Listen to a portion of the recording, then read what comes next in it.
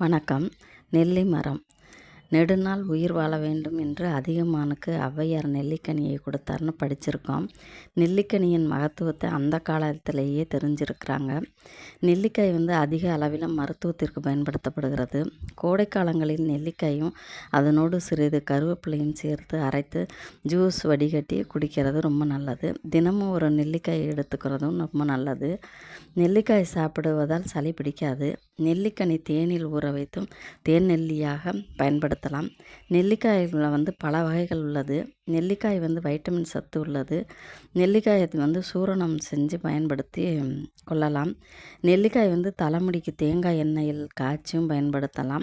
ஆப்பிளில் உள்ள சத்துக்கள் நெல்லியில் இருப்பதால் உயர்ந்த விலையுள்ள ஆப்பிளை பயன்படுத்துவதை விட நெல்லிக்காய் பயன்படுத்துவது மேலானது. நெல்லி மரக்கட்டையை கிணற்றிலேயோ குடிதண்ணீர் தொட்டிகளிலேயோ போட்டால் நன்னீராகவும் சுவையாகவும் இருக்கும். நன்றி, வணக்கம்.